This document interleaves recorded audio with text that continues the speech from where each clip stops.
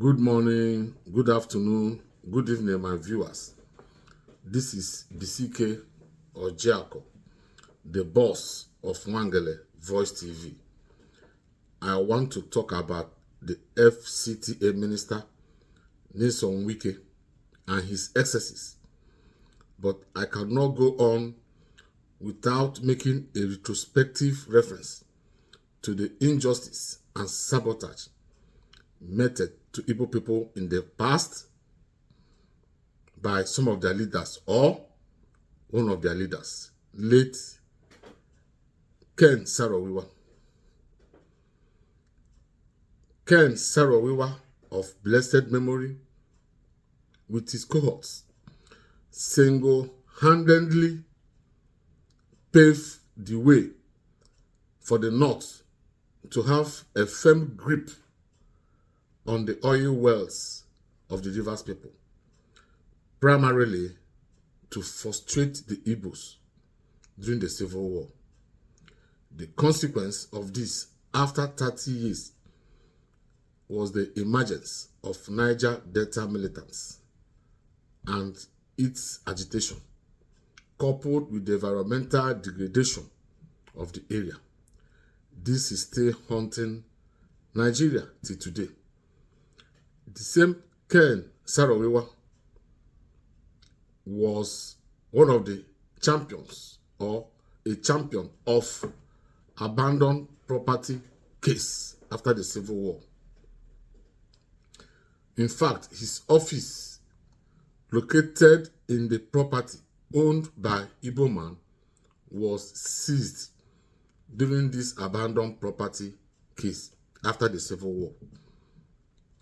Ken Saro-Wiwa deemed it fit that even after the war, apart from the roles he played to frustrate the Igbos, still championed the abandoned property case. It's funny. It was only in Rivers State that this happened. All the properties owned by the Igbos in Lagos were returned back to them when they came back to Lagos after the Civil War. That's why I said Yorubas are good people. No matter what, I love them. They are our brothers. Ken Saro-Wiwa did this and was compensated. For me, that compensation was peanut. He was made Minister of Information or one of the ministries, and after a while, he was dumped. It took Ken Saro-Wiwa 25 to 30 years to realize his mistakes. He wanted to fight back. He was hanged by the very people that used him and dumped him. I hope this will serve as a lesson to Wike. I am not here to talk ill of the dead. I am only making reference in retrospect. Now, action, they make us go history. Now, actions, they make us refer to history. There are things that will happen, and you have no choice than to make reference in retrospect.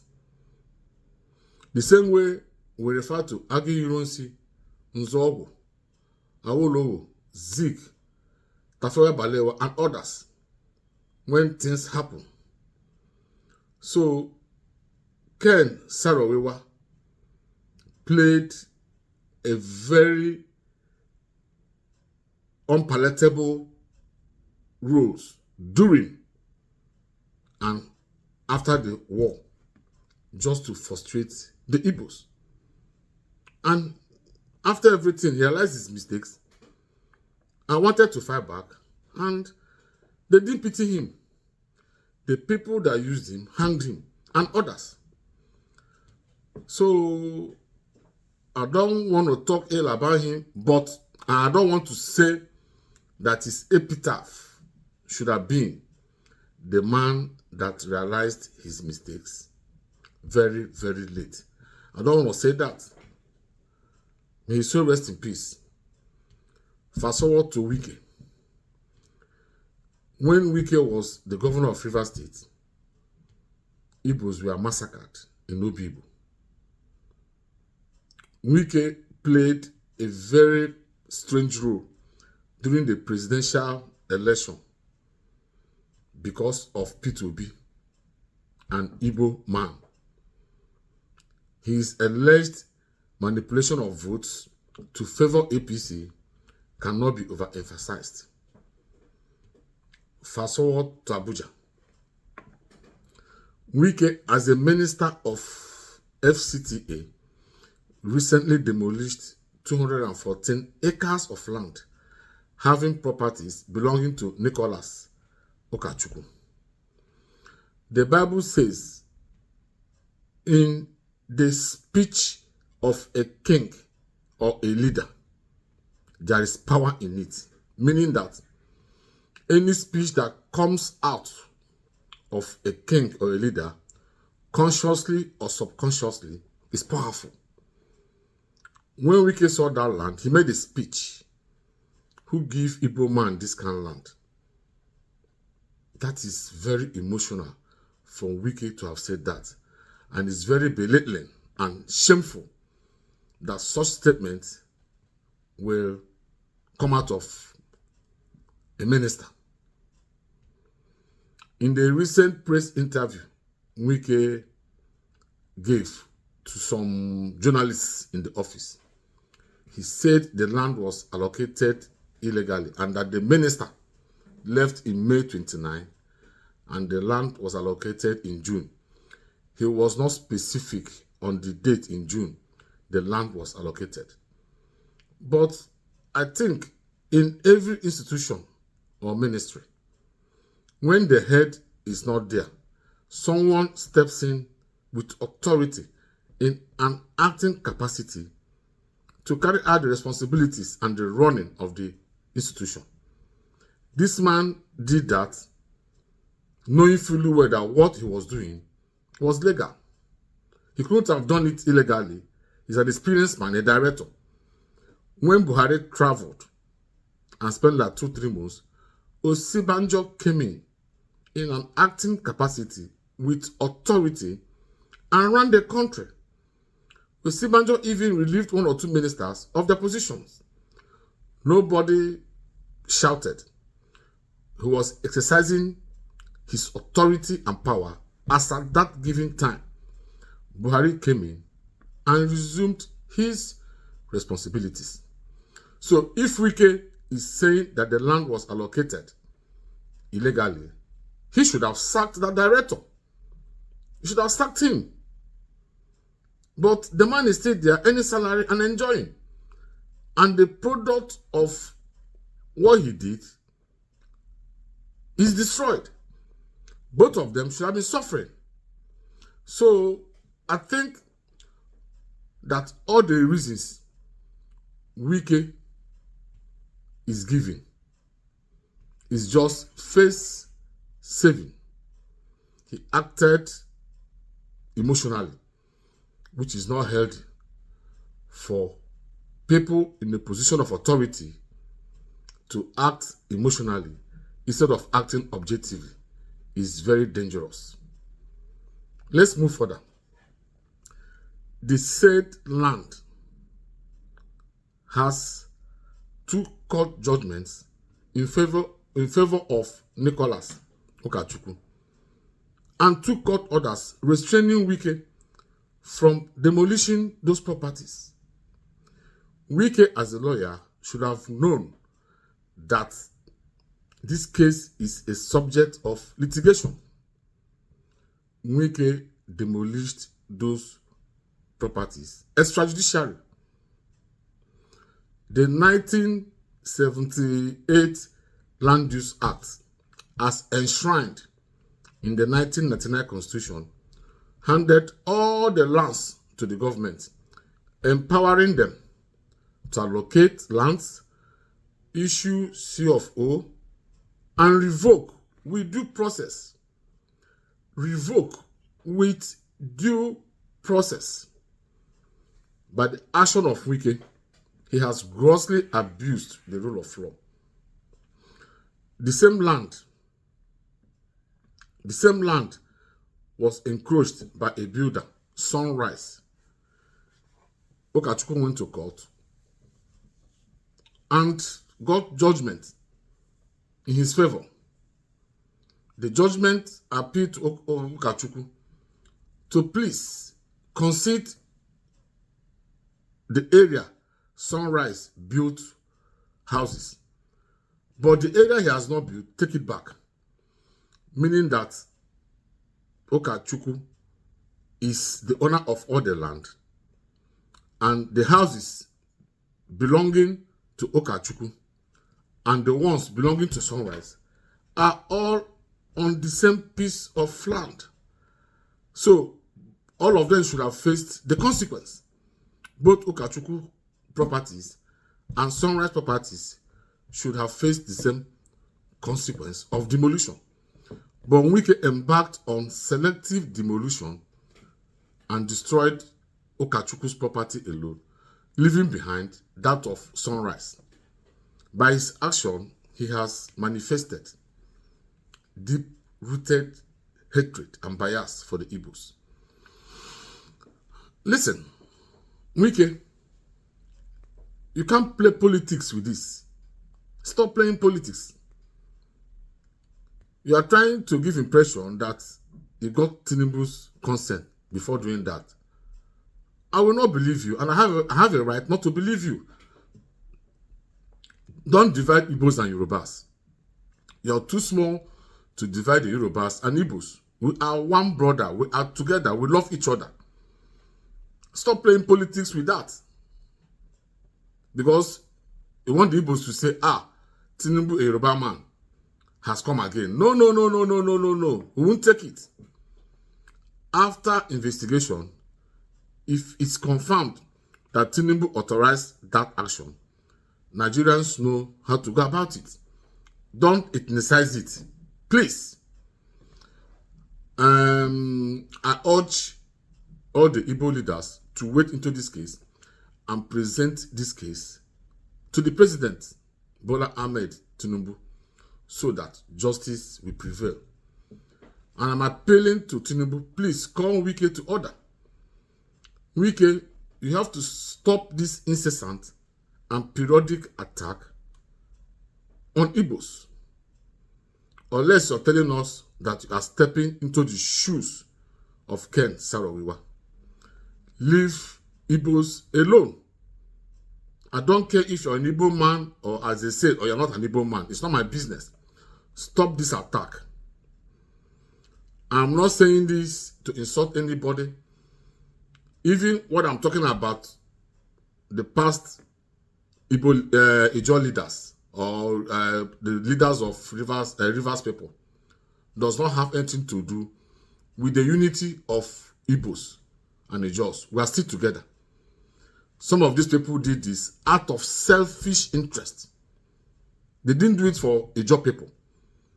So the action of Ken Saro-Wiwa and others cannot divide the Igbos and Ijos. We are still brothers and we remain brothers. I am only making reference in retrospect so that Wike will hear this and stop whatever intended actions or attack he wants to, do to Igbos. I am not here to say that I'm defending or saving Okachukwu. I'm here to speak the truth. If Okachukwu was not an Igbo man, I will have still come out to speak the truth, irrespective of where you come from. It is the responsibility of every one of us to always speak out. If you stay in your comfort zone and you tolerate all these things, it is your right. That's good. But I'm not going to do that. I will always speak out. That's what I owe. That's what I owe Nigerians and my people. Wangele voice is here to speak out. I have an advice from Wike. Wike, If you are being used by anybody or any group of people, they will still dump you like others. That's my view on this.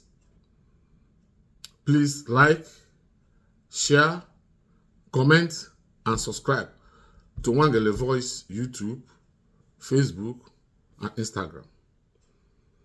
Watch this video. Thank you very much. Viewers, something happened last week in Abuja.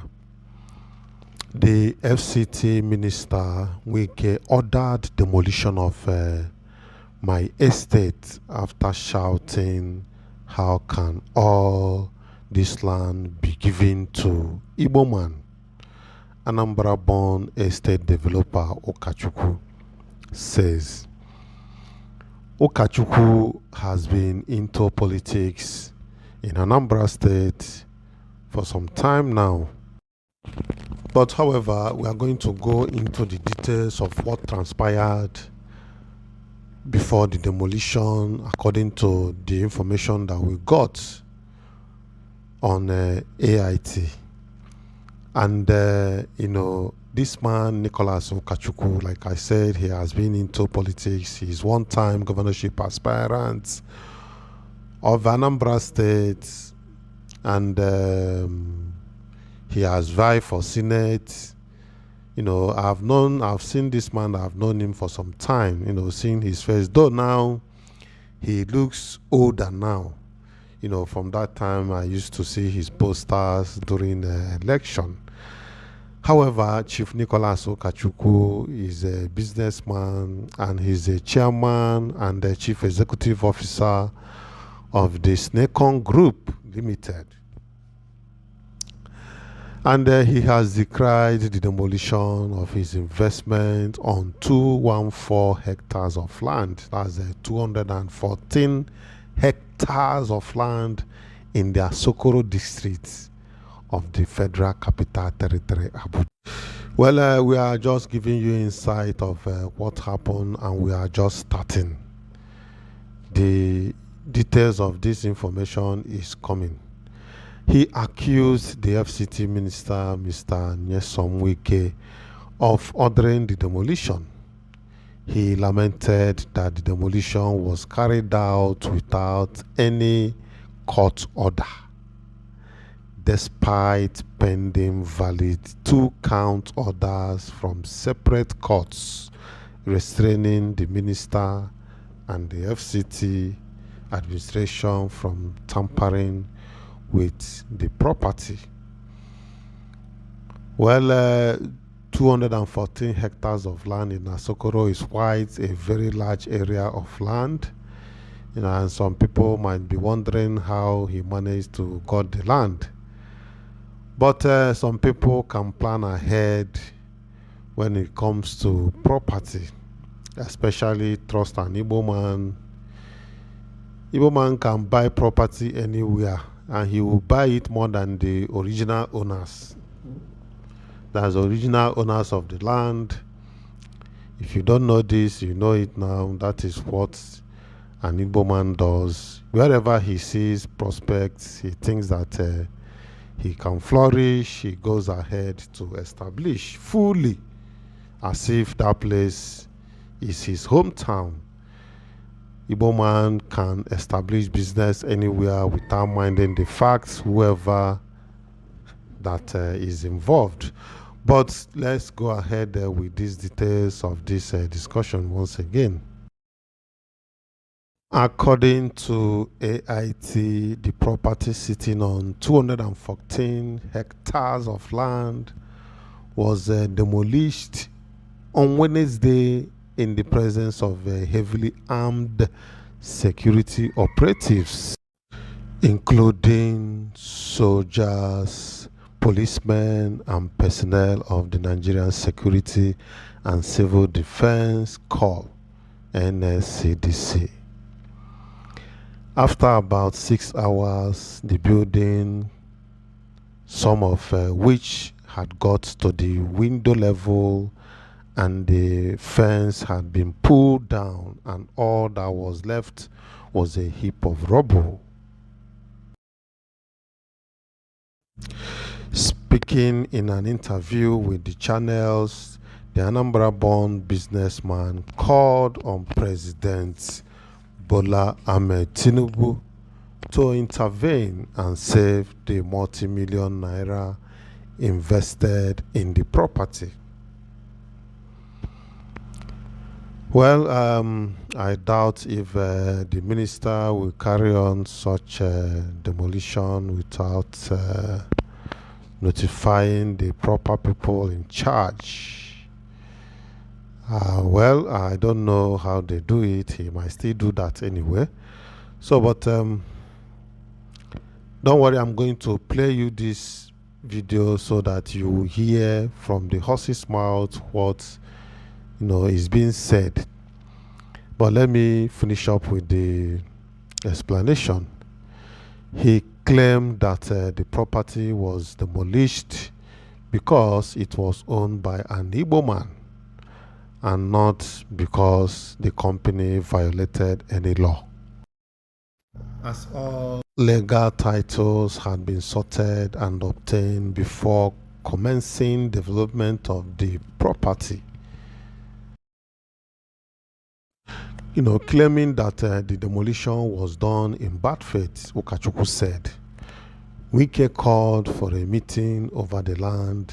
We went with our documents after seeing what we had with our lawyer and other company, Sunrise, which they gave part of that land. Wike said that there is nothing on this, that the court, should take its effects. After going around the land in his normal ways of behavior, that's Ukachukwu is saying, after going around the land in his normal way of behavior, Wike started shouting, how will they take all this land and give it to an Igbo man? Let me repeat that again. He said, according to Ukachukwu, after going around the land in his normal ways of behavior, Wike started shouting, how will they take all this land and give it to an Igbo man? Then the next thing we saw was the demolition of the building without a court order. Well, that sounds very pathetic. But let's see how it goes. The damage has been done. But I'm going to play this video so that you watch and see. At faith, we can call for a meeting over the land. We went with our documents. After I see what we have with our lawyer and the other people's other Sunrise, which they get part of that land. And Wike said there is nothing on this, that the court should take effect. After going around the land, his normal ways of behavior, he started shouting, how would they take all this land and give to Igbo man?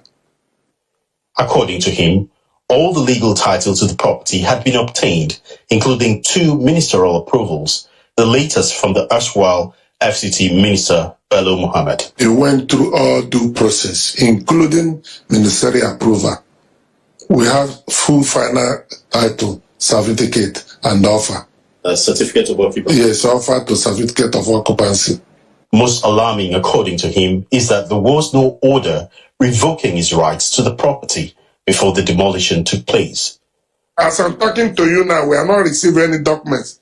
All these things, we saw only what we saw, the demolition. The title has not been revoked. We are not been served.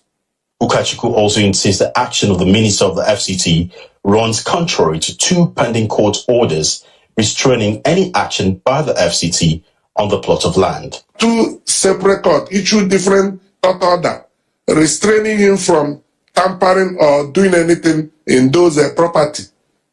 But all of a sudden today, we can move all the caterpillars in Abuja and went and started pulling those properties that we have invested billions into down. He wants President Tinubu to wade into the matter to protect the rights of genuine investors and businessmen. Calling Mr. President, who I know that has nothing to do with the tribe, to call on the bridge, either he remove this man. Well, this thing happened about 1 week ago, and let me know what you think about this. Thank you.